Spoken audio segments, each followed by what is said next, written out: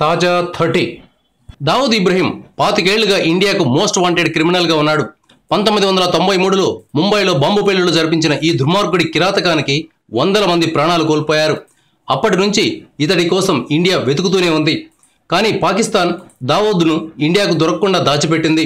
ఎందుకంటే ముంబై పేలుళ్ల వెనుక ఉన్నది పాకిస్తానే కాబట్టి. చాలా కాలంగా కరాచీలో తలదాచుకుంటున్న దావూద్కు ఇప్పుడు 62 ఏళ్లు. ప్రస్తుతం వెంటిలేటర్పై ఉన్నట్లు వార్తలు వస్తున్నాయి. చావు బతుకుల మధ్య ఊగిసలాడుతున్నాడని, రోజులు లెక్క పెడుతున్నారని సమాచారం వస్తోంది. తీవ్రస్థాయిలో గుండెపోటు రావడంతో హాస్పిటల్లో చేర్పించినట్లు తెలుస్తోంది. బ్రెయిన్ ట్యూమర్ కూడా వచ్చిందని, ఆ ట్యూమర్కు చేసిన ఆపరేషన్ ఫెయిల్ అయినట్లుగా పాక్ నుంచి సమాచారం వస్తోంది. అతడికి కుడిచేయి పడిపోయిందని కూడా తెలుస్తోంది. కానీ ఈ వార్తల్లో నిజం లేదని దావూద్ సన్నిహితుడైన చోటా షకీల్ చెప్తున్నాడు. ఇటు శశికళ విషయానికి వస్తే ఆమె తీవ్రమైన మానసిక ఒత్తిడికి లోనవుతోంది. తన బంధువైన దినకరన్ను సీఎంను చేద్దామనుకుంటే ఆ ప్రయత్నం బెడిసికొట్టింది. ఇప్పుడు ఆమెలాగే దినకరన్ కూడా ఊచలు లెక్క పెట్టుకుంటున్నాడు. ఇటు పార్టీ నుంచి శశికళను ఆమె కుటుంబాన్ని తరిమేశారు. మరోపక్క శశికళ బంధువులు తమ పేరిట ఆస్తులు రాయాలని జైలుకు వస్తున్నట్లు తెలుస్తోంది. ఈ నేపథ్యంలో శశికళ షుగర్ లెవెల్స్ 440కి చేరాయని తెలుస్తోంది.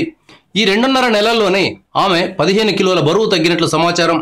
ఈ నేపథ్యంలో శశికళ జైతో నన్ను కూడా ఎందుకు తీసుకుపోలేదురా భగవంతుడా అని జైల్లో ఏడుస్తోందని వార్తలు వస్తున్నాయి.